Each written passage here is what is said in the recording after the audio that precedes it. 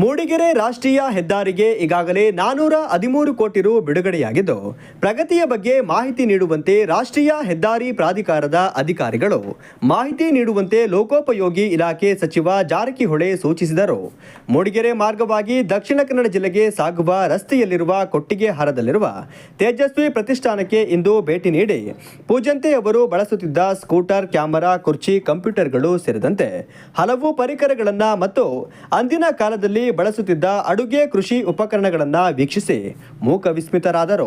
ಅಲ್ಲೇ ಅಧಿಕಾರಿಗಳೊಂದಿಗೆ ನೀಲನಕ್ಷೆ ಬಗ್ಗೆ ಚರ್ಚಿಸಿದರು. ಈಗಾಗಲೇ ರಾಜ್ಯ ಸರ್ಕಾರ ಲೋಕೋಪಯೋಗಿ ಇಲಾಖೆಗೆ ಮುಖ್ಯಮಂತ್ರಿ ಮೂಲಸೌಕರ್ಯ ಅಭಿವೃದ್ಧಿ ಯೋಜನೆಯಡಿ ಪ್ರತಿ ಕ್ಷೇತ್ರಗಳ ಶಾಸಕರುಗಳಿಗೆ ಒಂದು ಕ್ಷೇತ್ರಕ್ಕೆ 25 ಕೋಟಿಯಂತೆ ರಸ್ತೆ ಅಭಿವೃದ್ಧಿಗೆ ಹಣ ಬಿಡುಗಡೆಗೊಳಿಸಿದ್ದು ಕೆಲಸಗಳು ಪ್ರಗತಿಯಲ್ಲಿವೆ ಎಂದರು. ಚಾರ್ಮಡಿ ಘಾಟ್ ಉಜಿರೆವರೆಗಿನ ವಿವಿಧ ರಸ್ತೆ ಅಭಿವೃದ್ಧಿ ಕಾಮಗಾರಿಗಳನ್ನು ಪರಿವೀಕ್ಷಣೆ ಮಾಡಿದರು.